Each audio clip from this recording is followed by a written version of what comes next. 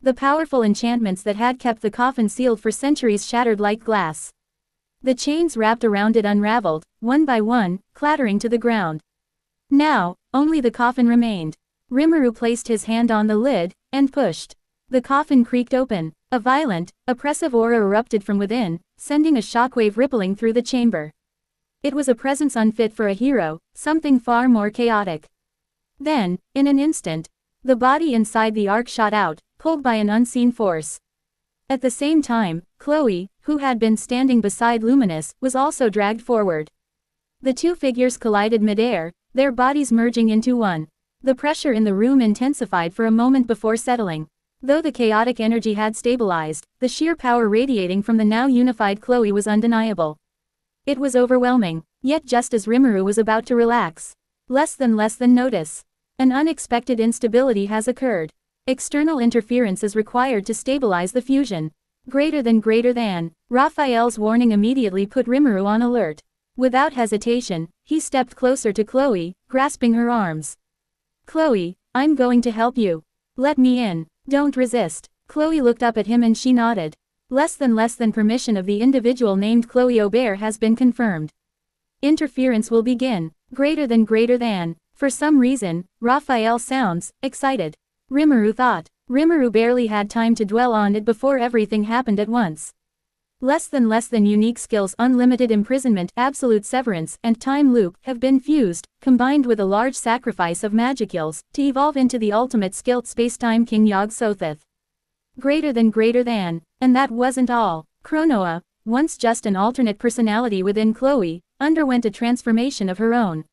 She had evolved into a Manas, an entity of pure information particles. With this change, she gained authority over Chloe's skills and could freely switch places with her at any moment. Chloe's aura, which had previously been raging like a storm, receded rapidly. She had gained complete control. Then, in an instant, her spirit armament materialized.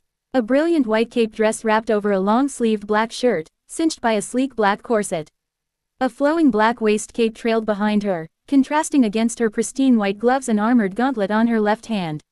White and blue boots completed the ensemble, along with a ruby necklace that gleamed like crystallized blood against her skin. Everything had occurred within mere seconds. Rimuru took a step back, blinking. Is it just me, or is Chloe even stronger than before? The thought barely settled in his mind before Chloe's eyes fluttered open. Without hesitation, she threw her arms around him, hugging him tightly.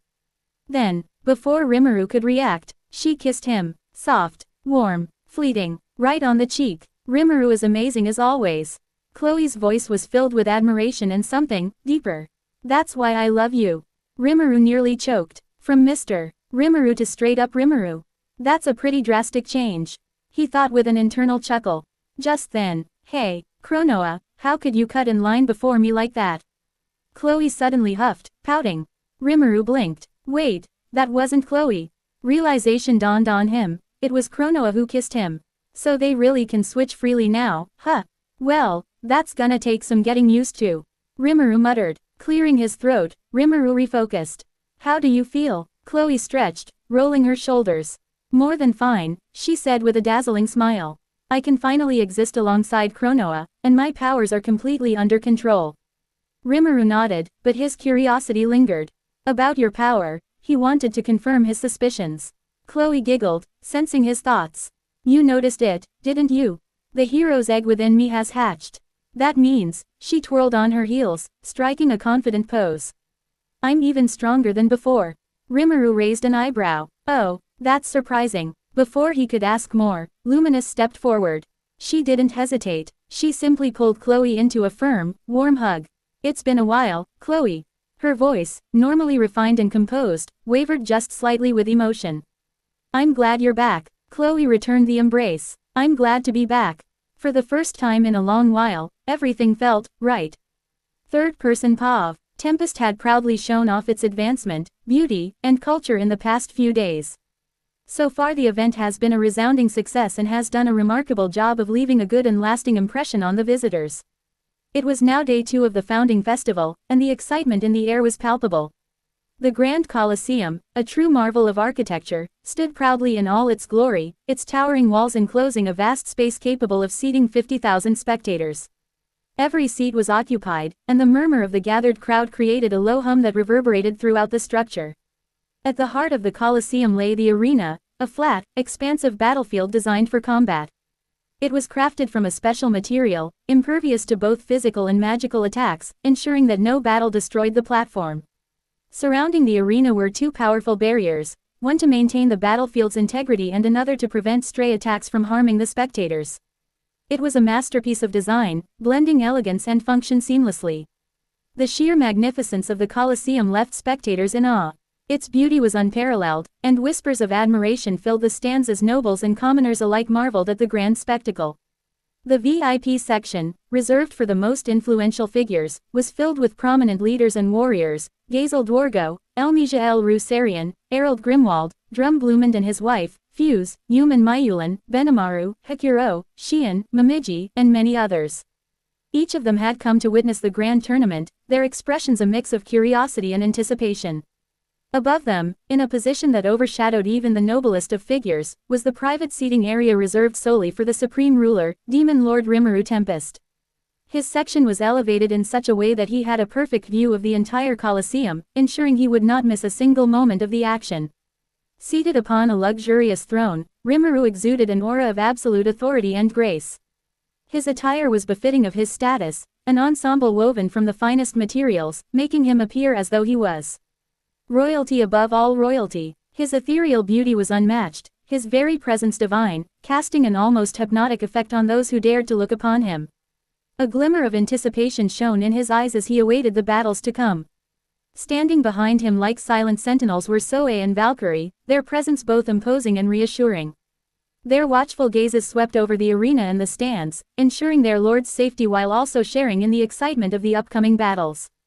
The tournament was about to begin, and the tension in the air grew heavier with each passing second. As the event commenced, the excited murmurs of the audience settled into an eager silence. Stepping onto the grand stage at the edge of the arena was the announcer for the tournament, the lively and confident Dragonute, Soka. She radiated enthusiasm as she took to the stage. Not too far away stood Diablo, who would preside over the event as the referee. "Welcome, everyone, to the Tempest's founding festival tournament." Soka's voice rang out, amplified by magic so that every soul in the Colosseum could hear her clearly. "I am your announcer, Soka. Today, we witness the clash of the powerful warriors." A roar of cheers erupted from the crowd, excitement crackling through the air like lightning. Soka let the enthusiasm build for a moment before raising her hand, signaling for attention. "Now, without further ado, let's introduce our 8 brave competitors."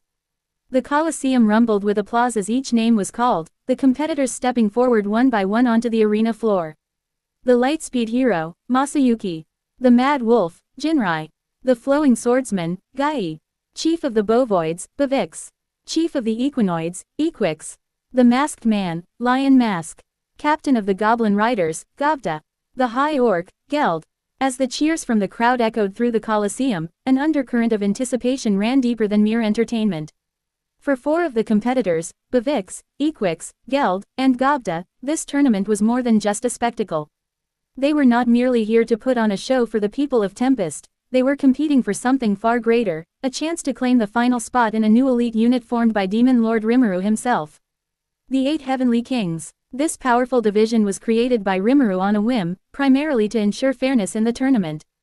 Initially, some of his most powerful subordinates had intended to participate, but their overwhelming strength would have made the battles one-sided and, frankly, unfair to the other contestants. To prevent this, Rimuru had formed the 8 Heavenly Kings, immediately selecting 7 of his strongest and most trusted followers. Benamaru, Diablo, Testarossa, Ultima, Carrera, Valkyrie, Xian. Rimuru didn't have to worry about Sui joining since as the head of the Intelligence Bureau in Tempest, he couldn't show himself in public. With only 1 spot remaining, Rimuru had decided that instead of handpicking the final member, he would let the strongest prove themselves through battle. Bavix, Equix, Geld, and Gavda were all competing for this one opportunity. While the audience saw a thrilling tournament, for these 4, it was a battle for their future. Each of them had their own reasons for wanting to stand among the elite, and today, they would push their limits to prove themselves worthy of the title Heavenly King. With all 8 competitors now standing in the arena, Soka spread her arms wide and declared, "These are the warriors who will battle for glory. Who will emerge victorious? Who will claim the title of the strongest? Let the tournament begin." The Colosseum erupted in deafening cheers as the first match was about to be announced. The tournament was officially underway. The competitors all drew numbers at random, matchings for the tournament. The results: WADEVV vs Equix, Masayuki vs Jinrai, Gai vs Gobta, Geld vs Lion Mask. With that concluded, the first match began. WADEVV vs Equix. The 2 combatants stepped forward. They had both been named and empowered by the Demon Lord Rimuru. Both warriors are a solid A-rank monsters, their powers leagues beyond most. WADEVV wields a great axe and a reinforced shield while Equix wields a spear and shield as well. WADEVV wasted no time. With a earth-shaking roar, he swung his axe downward, aiming to split Equix in half. The attack was met with Equix's shield, stopping the devastating blow, but the impact sent a shockwave rippling across the arena. Without hesitation, Equix countered. His spear lunged forwards, a blur of motion. WADEVV barely had time to deflect with his shield before Equix followed up with another rapid strike, then another. The battle raged on for 20 intense minutes, the Colosseum filled with the sounds of clashing metal, heavy footsteps as both warriors pushed their limits. Spectators were at the edge of their seats. Their strength was too evenly matched. Neither seemed to be overwhelming the other. But then, it all came to an abrupt end. WADEVV hurled his axe with all his mighty. The weapon spun through the air like a death sentence, a projectile attack that could pulverize boulders. Equix reacted instantly, but he couldn't escape unscathed. His arm was blown off.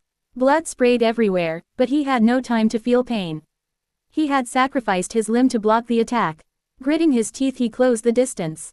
With his spear poised, he unleashed a flurry of attacks, a barrage too fast to dodge. WADEVV suffered multiple deep stabs, but he wasn't done. With a beastly roar, WADEVV lunged forward, his horns cackled with lightning, their size doubling in length. And then, crack, a devastating headbutt. The impact tore through Equix's right eye and arm, lightning courses through his body, sending him into a violent spasms. His spear slipped through his grip.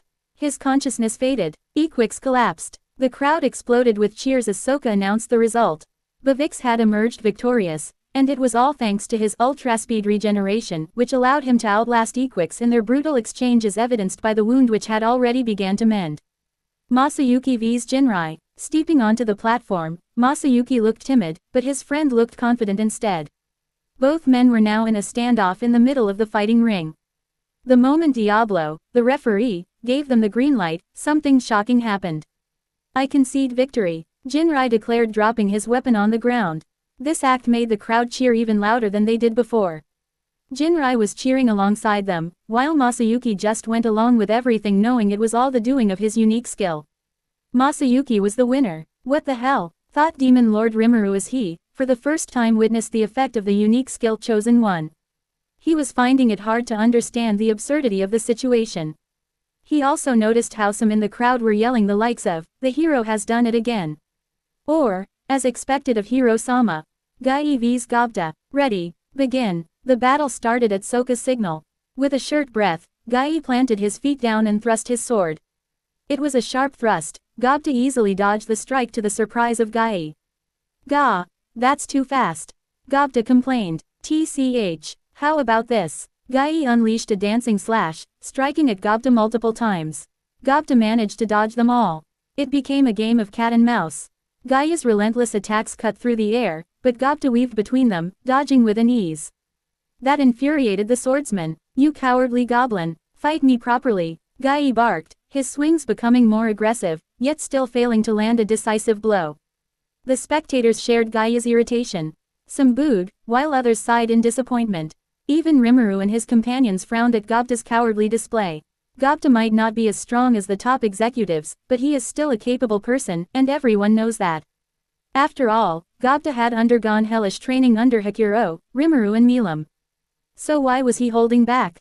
Tired of watching the farce, Rimuru intervened. "Less than Gobta, get your head in the fight. If you don't get serious and beat this guy, you'll be eating Shien's cooking for a month. If you win, I may give you something you've wanted for a while, but that's only if you win." "Greater than," Rimuru said through thought communication.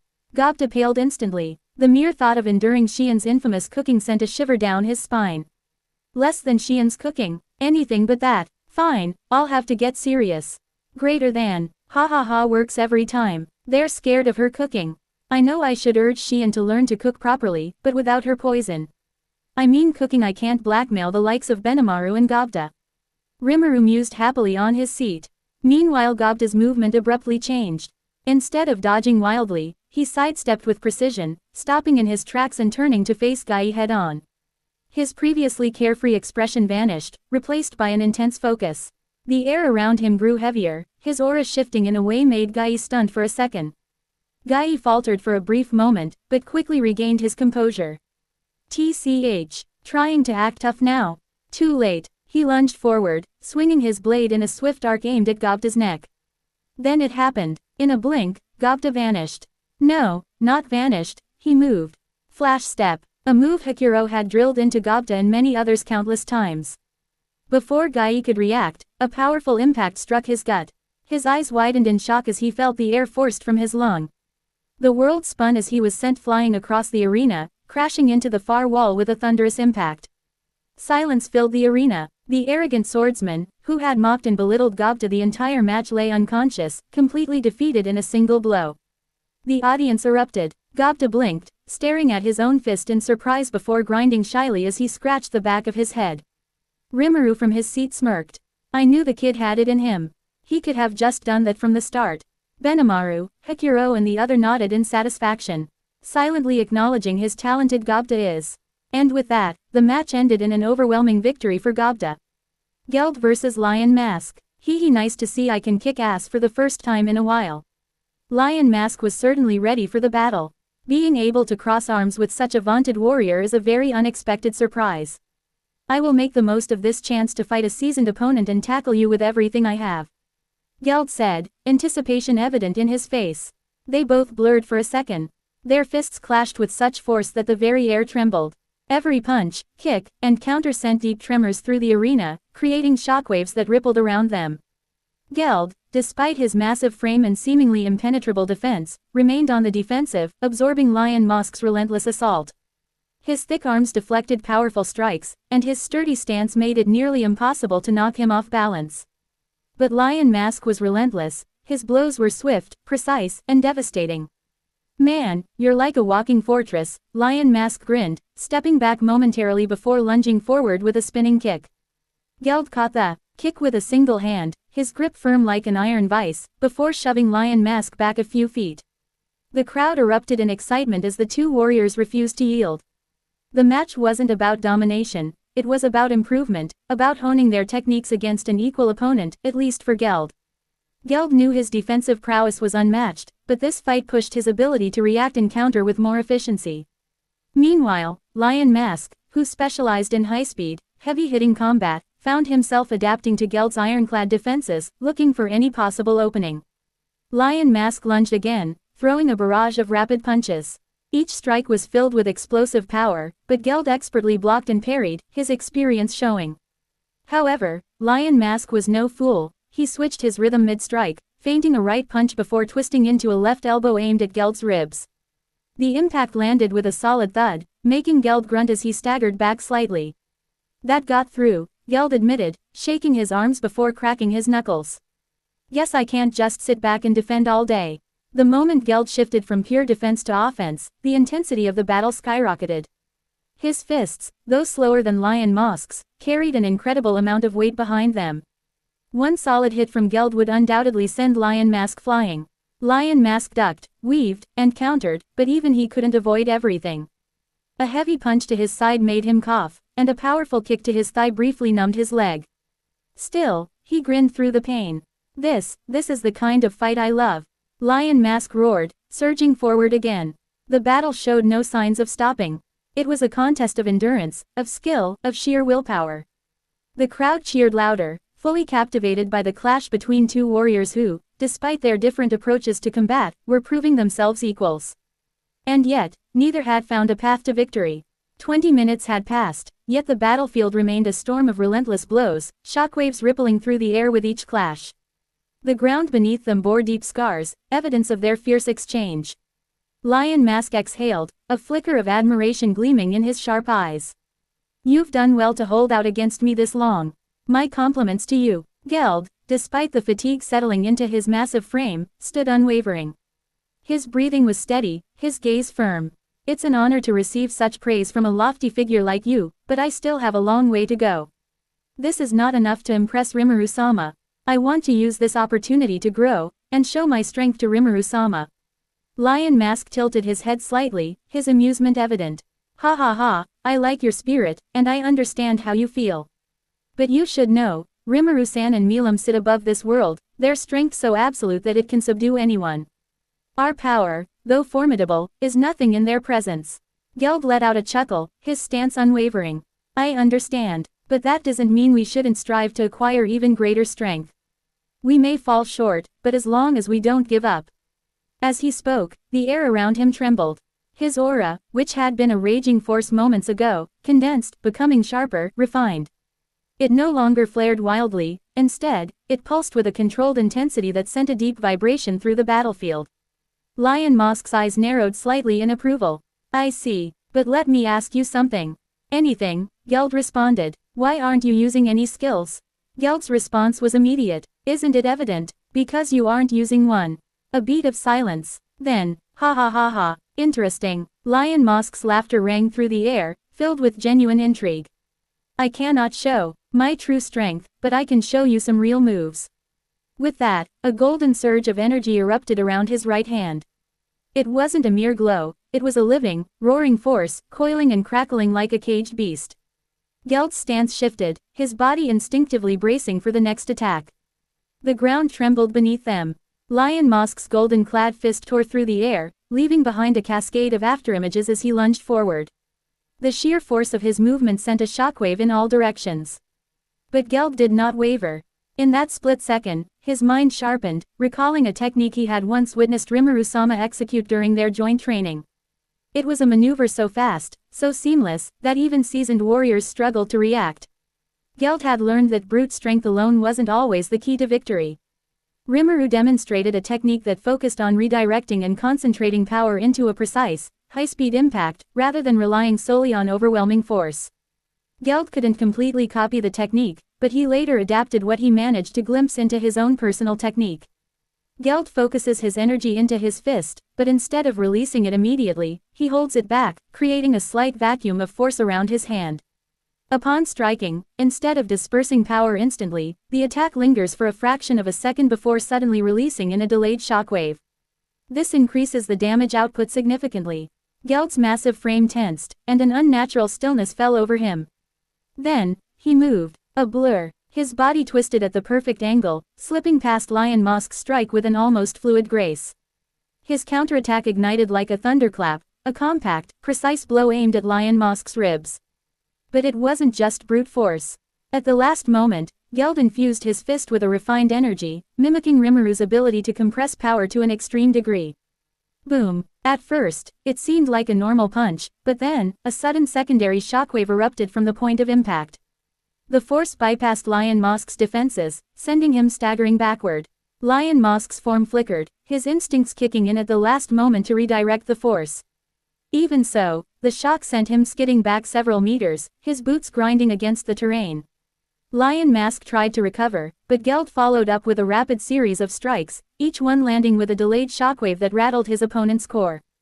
Bam, bam, bam, the final strike landed square on Lion Mask's chest, the delayed force detonating all at once, sending him skidding backward in a cloud of dust. When the dust settled, Lion Mask was on one knee, his breathing heavy. He placed a hand on his chest, looking down at his side, where Geld's attack had landed, feeling the residual shock still pulsing through him. A slow smirk tugged at the edges of his masked face. Impressive. Lion Mask rolled his shoulders.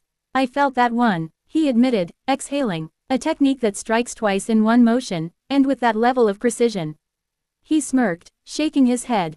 Geld exhaled, his stance unshaken. I'm still far from Rimuru-sama's level, but if I can push even you back, then I know I'm on the right path. As long as I can keep improving, I'll reach even greater heights. The battle was over. The crowd cheered loudly as they waited for the announcement. Once the audience had calmed down, Soka began with her opening remarks. After much anticipation, she finally announced the upcoming fights. To be continued.